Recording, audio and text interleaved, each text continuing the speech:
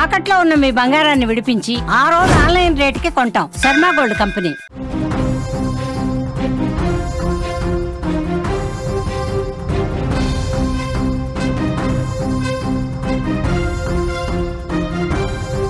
Breaking news చూస్తున్నాం. పులివెందులలో ఉద్రిక్తత కొనసాగుతోంది. 2 పోలింగ్ బూతుల్లో రీపోలింగ్లో ట్విస్ట్ నెలకొంది. రీపోలింగ్ను వైసీపీ బహిష్కరించింది. 15 పోలింగ్ బూతులలో రీపోలింగ్కి డిమాండ్ చేస్తుంది. కేంద్ర బలగాలతో రీపోలింగ్ చేయాలంటూ విజ్ఞప్తి చేస్తున్నారు. పులివెందులలో రాజకీయం రసవత్తరంగా కొనసాగుతోంది. పులివెందుల ఒంటిమిట్ట జెడ్పీటీసీ ఉప ఎన్నికల్లో హోరాహోరీగా టీడీపీ వైసీపీ తలపడ్డాయి.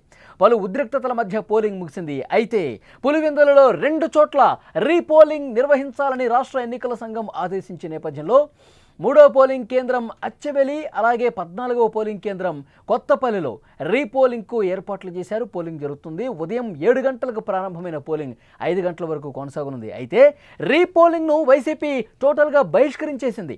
2 చోట్ల ఓటు వేయడానికి ఎవరూ కూడా వైసీపీ శ్రేణులు ముందుకు రాలేదు. వారి ఏజెంట్లు కూడా ఆ పోలింగ్ కేంద్రాల్లో కనిపించడం లేదు. 15 పోలింగ్ బూతుల్లో 2 కాదు 15 చోట్ల కూడా రీపోలింగ్ జరపాలి అంటూ వైసీపీ పెద్ద ఎత్తున డిమాండ్ చేస్తుంది. అది కూడా కేంద్ర బలగాలను భారీగా మోహరించి రీపోలింగ్ చేయాలని కోరుతోంది వైసీపీ. ఈ మేరకు సుప్రీంకోర్టును కూడా ఆశ్రయించింది. పులివెందుల జెడ్పీటీసీ ఎన్నికల వేళ చోటు చేసుకున్న పరిణామాలపైన మాజీ సీఎం జగన్ సీరియస్ అయ్యారు. ముఖ్యమంత్రి చంద్రబాబే లక్ష్యంగా ఆయన విమర్శలు స్టార్ట్ చేశారు. 2 జెడ్పీటీసీ సీట్ల కోసం దిగజారిపోయి ప్రజాస్వామ్యాన్ని అపహాసం చేశారంటూ వైసీపీ విమర్శిస్తోంది. బ్లాక్ డేగా అభివర్ణిస్తూ వాళ్ళు నిరసన కార్యక్రమాలు కూడా చేస్తున్నారు.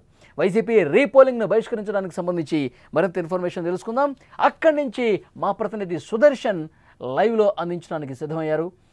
సుదర్శన్, అవినాష్ రెడ్డి కూడా మాట్లాడారు. మొత్తం బహిష్కరించేసామని చెప్తున్నారు. ప్రస్తుతం జరుగుతున్న 2 చోట్ల కూడా వైసీపీ వాళ్ళు ఎవరూ కనిపించట్లేదు. మరోవైపు సుప్రీం కూడా ఆశ్రయించిన పరిస్థితుంది. సో మరి కాసేపట్లో జగన్మోహన్ రెడ్డి నిన్నటి పరిణామాల మీద మాట్లాడబోతున్నారని చర్చ ఉంది. ఈ పరిణామాలు జరుగుతున్న నేపథ్యంలో వైసీపీ నుంచి ఇంత కౌంటర్ అటాక్ వస్తున్న నేపథ్యంలో తెలుగుదేశం పార్టీ ఏ విధంగా రియాక్ట్ అవుతుంది ఇవాళ జరుగుతున్న 2 స్థానాల పోలింగ్కి సంబంధించి? తెలుగుదేశం పార్టీ రియాక్ట్ ఏం లేదు. నిజానికి ఆ కాపీగా ఎన్నికలు జరగలేదు, అక్రమాలు జరిగాయన్న వైసీపీ ఆరోపణల నేపథ్యంలోనే రాష్ట్ర ఎన్నికల కమిషన్ సమాచారం తెప్పించుకుంది అధికారుల దగ్గర. దానికి సంబంధించి కొన్ని ఫోటో ఎవిడెన్సెస్ వాళ్ళకు వచ్చాయి. అంటే క్యూ లైన్ లో వేరే ప్రాంతానికి చెందిన వాళ్ళు ఓటు వేయడానికి వెళ్తున్నటువంటి ఫోటోగ్రాఫ్స్ కానీ వీడియోగ్రాఫ్స్ కొన్ని పరిశీలించిన తర్వాత అచ్చెవెల్లి, కొత్తపల్లిలో ఓటింగ్ మళ్ళీ నిర్వహించాలని ఎన్నికల కమిషన్ నిర్ణయించింది. అయితే ఇలాంటి అభ్యంతరాలు ఈ 2 బూతుల్లోనే కాదు, అక్కడ ఉన్నటువంటి 15 పోలింగ్ కేంద్రాల్లో కూడా అలాగే మాస్ రిగ్గింగ్ జరిగింది అక్కడ అనేది వైసీపీ ఆరోపిస్తుంది. కాబట్టి 15 పోలింగ్ కేంద్రాల్లో కూడా ఖచ్చితంగా రీపోలింగ్ పెట్టాలి, అది కూడా కేంద్ర బలగాలు. ఎందుకంటే ఇప్పుడున్నటువంటి పోలీసులు అధికార పార్టీ నాయకులకే కొమ్ముగాస్తూ వ్యవహరిస్తున్నారు, తమను అనేక విధాలుగా ఇబ్బంది పెడుతున్నారు. కాబట్టి ఈ పోలీసుల పర్యవేక్షణలో జరిగితే అది సాఫీగా జరగదు. కాబట్టి కేంద్ర బలగాల ఆధ్వర్యంలో 15 పోలింగ్ కేంద్రాల్లో కూడా రీపోలింగ్ జరపాలి అన్నది వైసీపీ వాదన. సుప్రీంకోర్టులో కూడా అదే యాంగిల్లో వాళ్ళు పిటిషన్ దాఖలు చేసే అవకాశాలు కనిపిస్తున్నాయి. దీన్ని బట్టి చూస్తే పులివెందుల జెడ్పీటీసీ స్థానానికి జరిగినటువంటి ఉప ఎన్నిక పంచాయతీ ఇప్పట్లో తెగేలాగా లేదు. ఆ కోర్టులో విచారణ జరగబోతే ఏం జరుగుతుంది అనేది కూడా. ఇక్కడ ఇంకో మన ఆసక్తికరమైన విషయం ఏంటంటే రేపు కౌంటింగ్ ఉంది. ఈ రోజు జరుగుతున్నటువంటి మళ్ళీ రీపోలింగ్ ను ఆల్రెడీ వైసీపీ బహిష్కరించింది. అయితే పోలింగ్ ప్రక్రియ అక్కడ సజావుగా సాగుతుంది. ఎవరైనా వైసీపీ వాళ్ళు కానీ ఎవరైనా వచ్చి ఓటు వేసుకోవచ్చు, ఓటు హక్కు ఉన్న వాళ్ళు. కానీ కేవలం వైసీపీ ఓటర్లు కానీ వైసీపీ ఏజెంట్లు, వైసీపీ అభ్యర్థి మొత్తం అందరూ కూడా ఎవరు అటువైపున వచ్చిన దాఖలాలు లేవు. ఎవరిని కూడా వెళ్ళవద్దంటూ అవినాష్ రెడ్డి ఆదేశాలు జారీ చేశారు. వాళ్ళు కూడా వాళ్ళ పార్టీ నాయకుడి ఆదేశాల మేరకు అందరూ కూడా బహిష్కరించినటువంటి పరిస్థితి కనిపిస్తుంది. వీటికి సంబంధించి ఈ రోజు ఆ రీపోలింగ్ ముగిసిన వెంటనే రేపు కౌంటింగ్ జరగబోతుంది. కౌంటింగ్ ను కూడా వైసీపీ బహిష్కరించే అవకాశాలు కనిపిస్తున్నాయి. నాట్ ఓన్లీ పులివెందుల, ఒంటిమిట్ట కూడా. ఎందుకంటే ఒంటిమిట్టలో కూడా అనేక పోలింగ్ కేంద్రాల్లో రిగ్గింగ్ జరిగింది అన్నది వైసీపీ ఆరోపణ చేస్తూ ఉంది. కాబట్టి 2 చోట్ల 1 సైడ్ గా రిజల్ట్ టీడీపీకి వచ్చే అవకాశాలు ఉంటాయి. ఇంత బలవంతంగా రిగ్గింగ్ చేసుకొని గెలవడానికి ప్రజాస్వామ్యం కూని అయ్యే విధంగా వ్యవహరించారు. కాబట్టి ఈ ఎన్నికలనే కాదు, ఈ కౌంటింగ్ ను కూడా బహిష్కరించే అవకాశాలు అయితే కనిపిస్తున్నాయి. ఆ యాంగిల్ లోనే నిర్ణయం తీసుకునే పరిస్థితులు ఉన్నట్టుగా కూడా మనకు సమాచారం ఉంటుంది. రేపు కౌంటింగ్ కూడా బహిష్కరిస్తే మాత్రం ఇంకా ఏదో తుతు మంత్రంగానే జరుగుతున్న 2 కేంద్రాల్లో పోలింగ్ కి సంబంధించి అవినాష్ రెడ్డి స్పష్టంగా చెప్పేశారు ఎవరు అటువైపు వెళ్ళొద్దు అని చెప్పి. కానీ అక్కడ వాస్తవ పరిస్థితులు ఏంటి? సరే వైసీపీ వాళ్ళు వెళ్ళట్లేదు, అక్కడ మిగతా సాధారణ ప్రజానీకం ఓటేయడానికి వస్తూ ఉన్నారా ఆ పోలింగ్ కేంద్రానికి? మిగతా టీడీపీ సానుభూతి పరులు కావచ్చు వెళ్తూ ఉన్నారా ఓటేయడానికి లేదా? వెళ్తున్నారు. ఉదయం నుంచి కూడా కొంతమంది వృద్ధులు వచ్చారు, మహిళలు వచ్చారు, కొంతమంది పురుషులు కూడా వచ్చారు. ఓటు హక్కు వినియోగించుకుంటున్నారు. అయితే గంట వ్యవధిలో మహా అంటే ఒక 20 ఓట్లు, 30 ఓట్లు మాత్రమే నమోదవుతున్న పరిస్థితి. అచ్చువెల్లి విషయానికి వస్తే అక్కడ 720 దాకా చిల్లర ఓట్లు ఉన్నాయి. అలాగే కొత్తపల్లి ఈ కొత్తపల్లికి సంబంధించి అక్కడ సుమారుగా 1200 ఓట్లు ఉన్నాయి.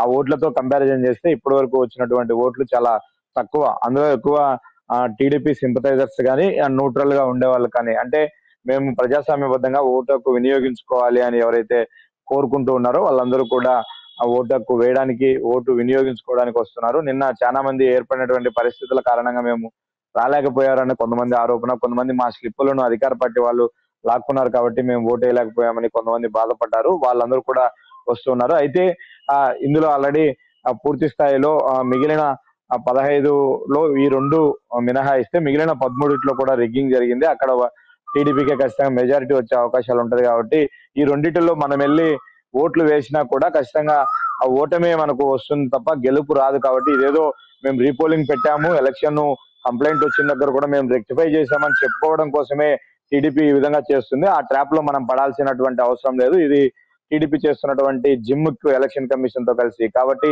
ఇందులో కూడా మనం బహిష్కరిస్తున్నాం. మీరు నిజంగానే చిత్తశుద్ధితో రీపోలింగ్ జరపాలంటే 15 పోలింగ్ కేంద్రాల్లో కూడా జరపండి అన్నది వైసీపీ చెప్తున్నటువంటి వాదన. అంటే మళ్ళీ మనం గతంలో కూడా చూసాం, స్థానిక సంస్థల్లో ఏ విధంగా జరగద్దు, అధికార పార్టీ పూర్తిగా ఇన్ఫ్లుయెన్స్ చేసే పరిస్థితి ఉంటది. ఇప్పుడు కూడా అదే సంస్కృతి కొనసాగుతుంది. ఇది జస్ట్ జరిగినటువంటి 2 శాంపిల్ ఎలక్షన్సే. మరో 6-7 నెలల్లో స్థానిక సంస్థల ఎలక్షన్స్ ఉన్నాయి. అంటే ZPTC, MPTC, sarpanch, municipality elections జరగబోతున్నాయి. వాటిల్లో పరిస్థితి ఏంటి? గతంలో వైసీపీ అధికారంలో ఉన్నప్పుడు టీడీపీ రాష్ట్ర వ్యాప్తంగా కూడా బహిష్కరించిన పరిస్థితి. ఎందుకంటే నామినేషన్లలో ఇబ్బంది పెట్టడము, చాలా చోట్ల పోటీ చేయకుండా చేయడము, ఈ పరిణామాలన్నింటినీ చూసిన తర్వాత ఏదో పోటీలో ఉండి ఓడిపోయినాము అనే చెడ్డ పేరు కంటే కూడా వీటికి దూరంగా ఉందామన్న ఆలోచన అప్పట్లో చేశారు. ఇప్పుడు కూడా వైసీపీ తీరు కూడా అలాగే ఉంది. ఆ విధంగానే ఇప్పుడు ఎలక్షన్స్ ను, లోకల్ బాడీ ఎలక్షన్స్ ను ఈ పార్టీ కూడా అలాగే చూస్తుంది. అయితే సుప్రీంకోర్టు దాకా వెళ్ళింది కాబట్టి మీరు అన్నట్లు ఇప్పుడు వాళ్ళు చేస్తున్నటువంటి వైసీపీ చేస్తున్నట్టు 2 ప్రధాన డిమాండ్స్ ఏంటంటే, ఒకటి వెబ్ కాస్టింగ్ పెట్టారు. 15 సమస్యాత్మక నియోజకవర్గాలని అధికారులే ప్రకటించారు. 15లో కూడా వెబ్ కాస్టింగ్ పెట్టారు. కాబట్టి అది మాకు రికార్డు ఇవ్వాలి. అక్కడ రికార్డ్ అయినటువంటి వీడియో మొత్తం కూడా మాకు కాపీ ఇవ్వాలి. దాని ద్వారా సుప్రీంకోర్టుకి వెళ్ళి ప్రూవ్ చేయాలి, వీళ్ళు పలాని ప్రాంతాన్ని, అంటే బయట ప్రాంతాల నుంచి వచ్చి ఓటు వేశారు అన్నది ఎవిడెన్సెస్ తో సహా సుప్రీంకోర్టు వేదికగానే నిరూపించాలి వాదించి.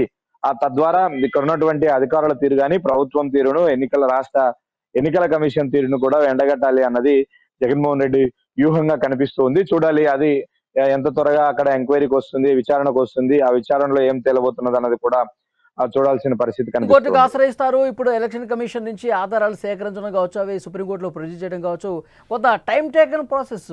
రేపే కౌంటింగ్ కూడా జరగబోతుంది. ఇవాళ 2లో రీపోలింగ్ చేస్తా ఉన్నారు, రేపు కౌంటింగ్ కూడా పూర్తయిపోతుంది కదా. అదే కౌంటింగ్ ను కూడా బహిష్కరించాలి. ఈ ఎలక్షన్స్ ను మేము అసలు కన్సిడర్ చేయట్లేదు. నామినేషన్ వేసే రోజు ఉన్నంత ప్రశాంత వాతావరణము, ఫ్రీ అండ్ ఫెయిర్ గా ఎలక్షన్ జరుగుతాయని మేము ఆ రోజు భావించాము. కానీ నామినేషన్ వేసిన మరుసటి రోజు నుంచి కూడా ప్రచారంలో కానీ, పోలింగ్ లో కానీ, మొత్తం అన్ని చోట్ల కూడా అధికార దుర్వినియోగం జరిగింది. తమకు తీవ్ర ఆటంకాలు కలిగించారు. కాబట్టి ఫ్రీ అండ్ ఫెయిర్ గా ఎలక్షన్ జరగలేదు అన్నది సంబంధం లేదు. అసలు ఆ ఎలక్షన్ సరిగ్గా జరగట్లేదు అన్నది.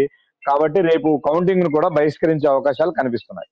చూద్దాం నెక్స్ట్ పరిణామాలు ఏ విధంగా ఉంటాయన్నది. Thank you so much Sudarshan. పులివెందులలో రాజకీయం అయితే రసవత్తరంగా మారుతున్నటువంటి పరిస్థితి కనిపిస్తుంది. 2 పోలింగ్ కేంద్రాలలో ప్రస్తుతం పోలింగ్ జరుగుతుంది.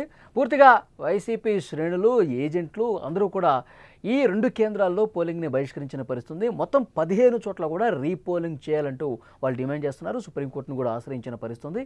అయితే ఒకవైపు ఈ 2 కేంద్రాల్లో పోలింగ్ జరుగుతుంది, రేపే కౌంటింగ్ ప్రక్రియ కూడా స్టార్ట్ కాబోతుంది. సో ఈ నేపథ్యంలో ఎంతవరకు వైసీపీ చేస్తున్న డిమాండ్కి సానుకూలమైనటువంటి పరిస్థితి ఉంటుంది, సుప్రీం ఎంతవరకు వైసీపీకి అనుకూలమైనటువంటి తీర్పు వస్తున్నది కూడా చూడాల్సిన అవసరం కనిపిస్తుంది. సో ఓవరాల్గా చూస్తే నిన్న జరిగినటువంటి ఉద్రిక్తతల నేపథ్యంలో తెలుగుదేశం పార్టీ ఏం చెప్తోంది, 30 సంవత్సరాల్లో ఫస్ట్ టైం ఇక్కడ పోలింగ్ జరుగుతోంది.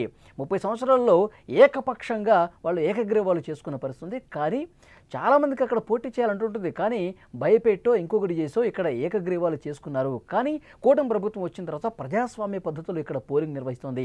11 మంది అభ్యర్థులు ఆ స్థానానికి పోటీ పడుతున్నారంటే అందులో ఇండిపెండెంట్లు కూడా ఉన్నారు. సో డెఫినెట్గా ఇలాంటి ప్రజాస్వామ్య విధానంలో పోలింగ్ జరగాలి.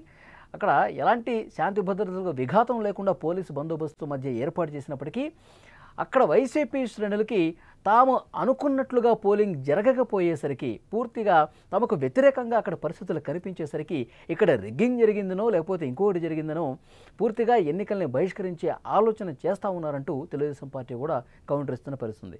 సో చూద్దాం నెక్స్ట్ పరిణామాలు ఏ విధంగా ఉంటాయనేది. 2 స్థానాల్లో పోలింగ్ ప్రశాంతంగా జరుగుతుంది. వైసీపీ బైకాట్ చేసినప్పటికీ కొంతమంది వస్తూ ఉన్నారు, తమ ఓటు హక్కును వినియోగించుకుంటూ ఉన్నారు. మరి సుప్రీంకోర్టుకి వైసీపీ వెళ్ళే నేపథ్యంలో ఏం జరగబోతున్నది కూడా చూడాలి.